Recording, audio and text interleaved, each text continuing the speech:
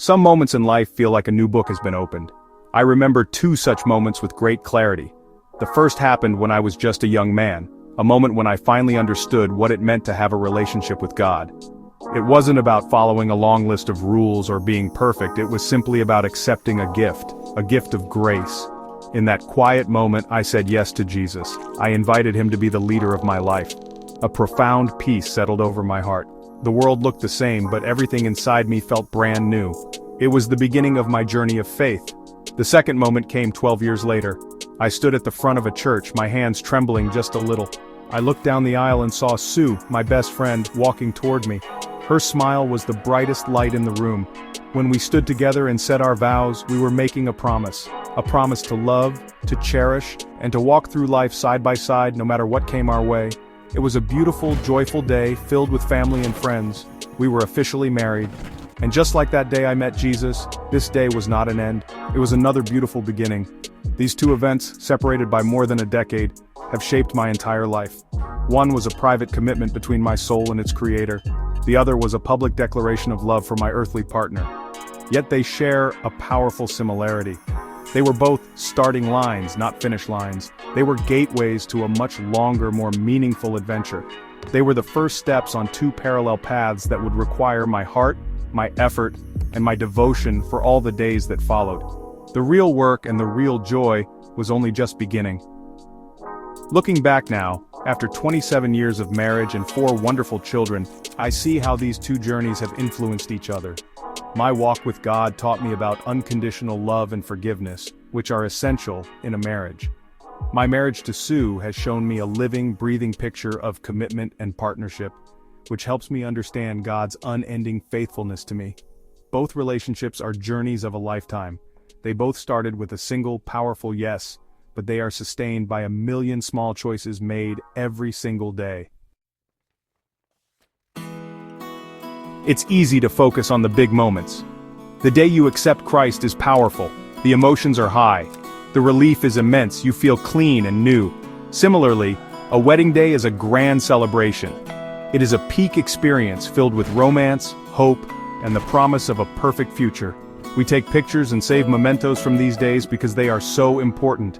But a faith that only remembers the moment of salvation is an incomplete faith. And a marriage that only celebrates the wedding day is a marriage that will struggle to survive the ordinary Tuesdays. The true test of any relationship comes after the initial excitement fades. What happens when the feelings aren't as strong?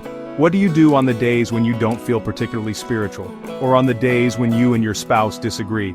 This is where the real journey begins. It is in the quiet, everyday moments that a relationship is built or broken. Salvation is the door we walk through. The wedding vow is the promise we make. But what matters most is what we do once we are on the other side of that door, living out that promise each day. Think about it this way. No one would plant a beautiful garden and then walk away, expecting it to flourish on its own. It needs water. It needs sunlight. It needs someone to pull the weeds and care for the soil. Without this constant attention, the beautiful flowers will wither and die. Our relationship with God is the same. It is a living thing. If we do not tend to it, it will grow stagnant. Our hearts will become hard, and the connection we once felt will seem distant and faint. The initial decision is vital, but the daily nurturing is what brings life. The same truth applies directly to marriage. The wedding is for a day, but the marriage is for a lifetime. Love is not just a feeling, it is an action. It is a choice you make over and over again. It is choosing to be kind when you are tired. It is choosing to listen when you would rather talk. It is choosing to forgive when you have been hurt. These are the small daily acts of cultivation that allow a marriage to grow deep roots and produce the beautiful fruit of a shared life, a partnership that can weather any storm. So, how do we nurture these vital relationships? How do we keep the fire burning in our faith and in our marriage? I believe it comes down to 3 essential practices. The first is communication. In our relationship with God, we call this prayer. Prayer is not a formal speech. It is a conversation with our Father. It is telling Him about our fears, our hopes, and our failures. It is listening for His quiet voice in our hearts. A relationship cannot survive without communication. If we stop talking to God, we will soon feel very far from Him. The second pillar is learning. To love someone deeply, you must know them. For our faith, this means spending time in God's Word. The Bible is not just a history book, it is God's love letter to us. It reveals His character, His promises, and His plan for our lives. As we study His Word, we begin to understand His heart more fully. We learn to trust Him more because we see His faithfulness throughout history. This knowledge builds a foundation of trust that cannot be shaken. A growing love requires a growing knowledge, and of course the same is true in a marriage. A husband and wife must communicate openly and honestly. They must share their thoughts and feelings even when it's difficult. And they must commit to learning about each other continuously. People change over time. The person you married is not the exact same person they will be in 10 years. A strong marriage is one where both partners stay curious about each other. They keep asking questions, keep listening, and keep discovering new things to love and appreciate about the person they chose. The third pillar is simply love, but it is a specific kind of love. It is not a love based on feelings, but a love based on choice and commitment. In our faith, we love God because He first loved us. We show our love through our obedience and our service to others. In a marriage, we choose to love our spouse even on the hard days. This is the kind of love that holds everything together. Communication and learning build the structure, but it is this committed, active love that makes it a home for the heart.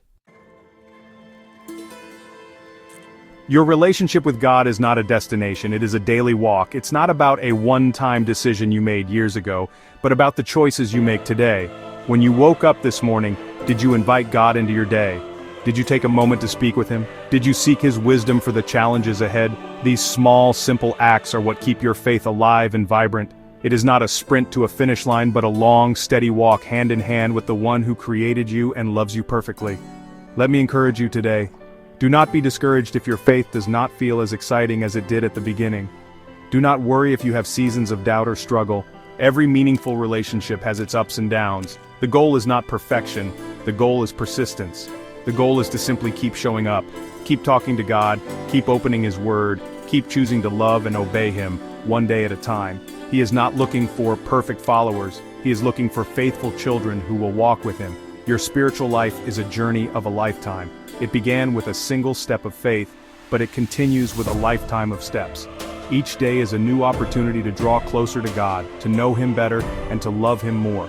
Just as a good marriage becomes richer and deeper over many years of shared experiences, your relationship with God is meant to grow more profound with each passing season of life. The challenges will make you stronger, the joys will make you more grateful. It is all part of the beautiful journey. So take the next step, then take the one after that. Nurture your soul the way you would nurture your most precious relationship. Give it your time, give it your attention, give it your heart. Don't settle for a memory of a past encounter. Seek a living, active relationship with your Creator today and every day. For this is the greatest adventure you will ever know. It is the journey of a lifetime, and it is worth every single step you take along the way.